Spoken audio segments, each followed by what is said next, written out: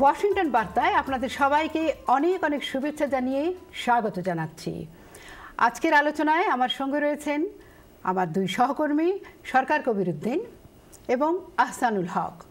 আর আজকে আমাদের আলোচ্য বিষয় বিশ্বকাপ বিশ্বকাপ বিশ্বকাপ ক্রিকেট, ফুটবল নয় কিন্তু। এই তো দ্বারপ্রান্তে এসে গেল, শুরু হচ্ছে উদ্বোধনী অনুষ্ঠান ঢাকার মাঠে, হ্যাঁ বাংলাদেশের মাঠে। 17ই ফেব্রুয়ারি 2011 সাল একেবারে স্বর্ণাক্ষরে লেখা থাকবে বাংলাদেশের ক্রীড়াঙ্গনে। যাই হোক, শুরু করবো কোথা থেকে? আসান, কি মনে হচ্ছে? এইবারের বিশ্বকাপ আমার কাছে অনেক বেশি আকর্ষণীয়, আমি অনেক বেশি রোমাঞ্চিত বোধ করছি যেই কারণে, সেটি হচ্ছে যে আমার ঢাকা শহরে আমার জন্ম, সেই শহরে শুরু হচ্ছে এই প্রথমবারের মতো বাংলাদেশ অন্যতম স্বাগতিক দেশ হিসেবে এই বিশ্বকাপে অংশগ্রহণ করছে। সুতরাং প্রত্যাশা অনেক বেশি বাংলাদেশের কাছ থেকে, শুধু আসানের জন্যই না, বাংলাদেশের কোটি কোটি মানুষের জন্য প্রত্যাশা অনেক বেশি। মানে এটা চিন্তা করা যায় না যে বাংলাদেশের মাটিতে বিশ্বকাপ ক্রিকেট খেলা হবে এবং স্বাগতিক দেশ বাংলাদেশ, প্রথম খেলা বাংলাদেশের মাটিতে হবে। এবং দেখেন, ইতিহাস তো বটেই, কারণ বাংলাদেশ টেস্ট ক্রিকেটে এসেছে 2000 সালে এবং প্রথম তাদের সেই অভিষেক টেস্ট ছিল ভারতের সঙ্গে ঢাকার মাঠে। এবং তারপর একটি দশক পেরিয়ে আন্তর্জাতিক ক্রিকেট পরিষদের এই যে সিদ্ধান্ত যে দক্ষিণ এশিয়ার 3টি দেশ, বাংলাদেশ, ভারত এবং শ্রীলঙ্কা, এবং ভারত এবং শ্রীলঙ্কা দুটোই কিন্তু আগেকার বিশ্বকাপ জয়ী দল, তাদের সঙ্গে বাংলাদেশ বিশ্বকাপ না জিতলেও এখন হাঁটি হাঁটি পা পা করে এখনও এগিয়ে চলেছে একদিনের ক্রিকেটে এবং টেস্ট ক্রিকেটে। তা সত্ত্বেও স্বাগতিক দেশের ভূমিকা পালন করছে এবং উদ্বোধনী অধিবেশন, যেটা উদ্বোধনী অনুষ্ঠান উৎসব, সেটা সবই হচ্ছে ঢাকার মাঠে। একদম হাঁটি হাঁটি পা পাতে আমার একটু আপত্তি আছে।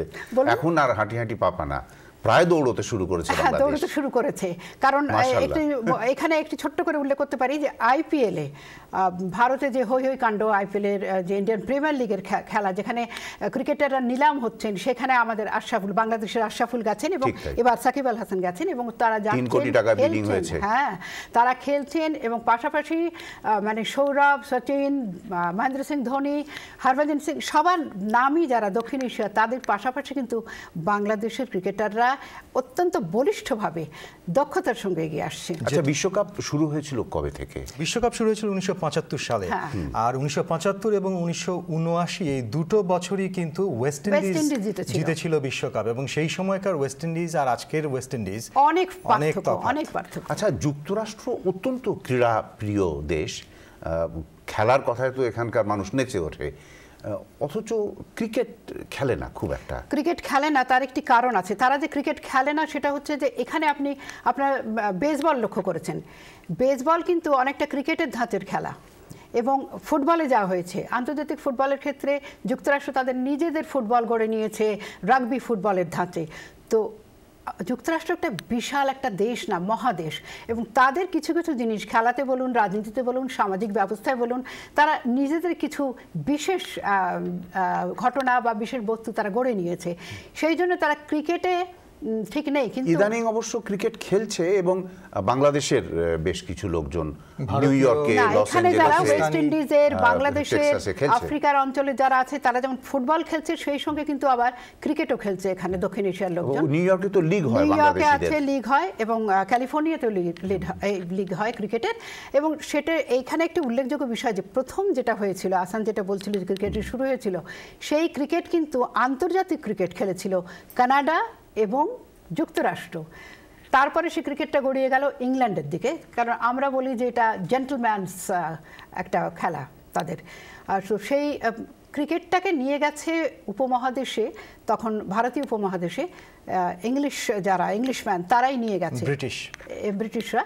এবং তারপর দেখা গেছে যে ক্রিকেটের অনেক উন্নতি হয়েছে। প্রথমে টেস্ট ক্রিকেট ছিল, এখন এই যে ওয়ানডে, এবং তারপরে 2020 খেলা হচ্ছে।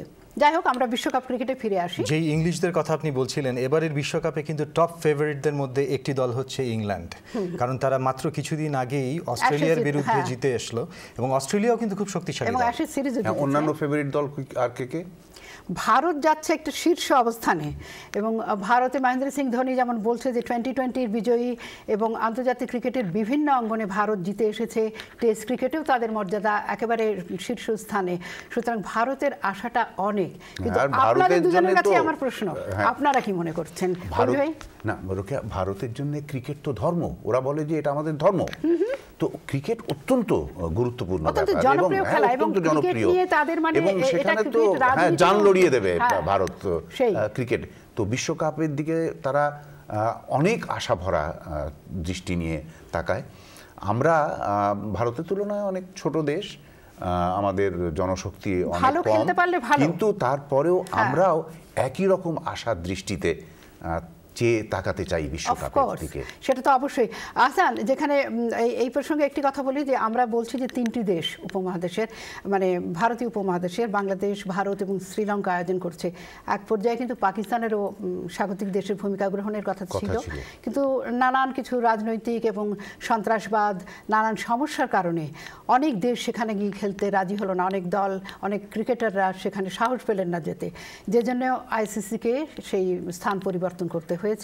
এবং পাকিস্তানের সাথে অনেক খেলাই পাকিস্তানে হচ্ছে না যেগুলো, সেগুলো এমনকি দুবাইতে গিয়েও খেলা হচ্ছে, তো সেই পট পরিবর্তন হয়েছে। এবং এটার সঙ্গে আরো কিছু ব্যাপার ছিল বোধহয়, যেমন পাকিস্তানের বেশ কিছু খেলোয়াড় বেশ কয়েকটি দুর্ভাগ্যজনক ঘটনায় পরিস্থিতি জড়িয়ে পড়ে ঘটনায়, সেটাই এসব কিছু মিলিয়ে ওটা হয়তো হলো। তারপরও কিন্তু একটা জিনিস হচ্ছে যে পাকিস্তান দল হিসেবে এখনো একটা আনপ্রেডিক্টেবল দল, এখনো বড় দলগুলো কিন্তু মনে করে যে যে কোনো ম্যাচে পাকিস্তান জেতার ক্ষমতা রাখে, যদিও পাকিস্তানের এই ডিসিপ্লিন বা এই নিয়মের দিকে সামষ্টিক শক্তিটা কমে গেছে, কিন্তু ইন্ডিভিজুয়ালি খেলোয়াড়রা এখনো অনেক শক্তিধর এবং অনেক ভালো ভালো খেলোয়াড় আছেন, বোলার, ব্যাটসম্যান। তবে একটা কথা আমি বলতে চাই যে বাংলাদেশে এবারে মাশরাফি খেলছেন না, কিন্তু সাকিব আল হাসান বাংলাদেশ দলের যিনি অধিনায়কত্ব করবেন তিনি কিন্তু একজন ম্যাচ উইনার, এবং আমি আশা করছি top favourite Bharat, England, Australia যেই হোক না কেন, আমার মনের কোনো এক গোপন কোণে বাংলাদেশও কিন্তু আমার জন্য টপ ফেভারিট। সাকিব আল হাসানকে নিয়ে তো বিজ্ঞাপন দেখাচ্ছে এবং সেটা অবশ্যই অনেকেই মনে করছেন তাই। যাই হোক, হাসান ওই ক্ষীণ আশাটা সত্যি উজ্জ্বল তারকার মতন একেবারে চারিদিকে উদ্ভাসিত করে তুলুক, সেটাই আমরা আশা করব। আপনি তো অনেক ভাগ্যবতী রোকেয়া, আপনি ঢাকা যাচ্ছেন এবং ওই সময় থাকবেন, আমরা তো টেলিভিশনের পর্দাতেই দেখবো। কি আসান, কি মনে করেন? উপায় নেই, উপায় নেই, কিন্তু সারা বাংলাদেশের সাথে আমরা সবাই একাত্মতা প্রকাশ করছি, কারণ বাংলাদেশের মাঠে বিশ্বকাপ ক্রিকেটের আয়োজন চারটিখানি কথা নয়, এবং বাংলাদেশি ক্রিকেটাররা শুধু নয়, বাংলাদেশ সবাই, যেমন আসান এই মুহূর্তে একটু আগেই বললেন যে সবাই প্রতিটি ঘরে আনাচে কানাচে দূর প্রবাসে যারাই বাংলাদেশি তারাই মনে প্রাণে কামনা করবেন বাংলাদেশ শিরোপা জয় না করলেও কাছাকাছি এগিয়ে যায়। মন উজাড় করা শুভেচ্ছা রইল। বাংলাদেশ ভারতকে হারিয়েছে, পাকিস্তানকে হারিয়েছে, আর 2010 সালটা কিন্তু বাংলাদেশের খুব ভালো গেছে, তারা নিউজিল্যান্ডের মতো দলকে সিরিজ হারিয়েছে এবং জিম্বাবুয়েকে। বাংলাদেশ ভালো খেলবে, বাংলাদেশে ভালো খেলা হবে, বাংলাদেশ এই খেলা নিয়ে অনেক সামনের পানে এগিয়ে যাবে, সাফল্য লাভ করবে, এটাই আমরা সবাই কামনা করি। তো এই আশাবাদ নিয়ে আমরা আজকের আমাদের আলোচনা শেষ করব অবশ্যই, আর দেখব গিয়ে বিশ্বকাপে বাংলাদেশ, ভারত, শ্রীলঙ্কা, পাকিস্তান, দক্ষিণ এশিয়ার দলগুলো বিশেষ করে কেমন করে বিশ্বকে মাতিয়ে তুলবে। Rokeya Haider, Voice of America, Washington বার্তা।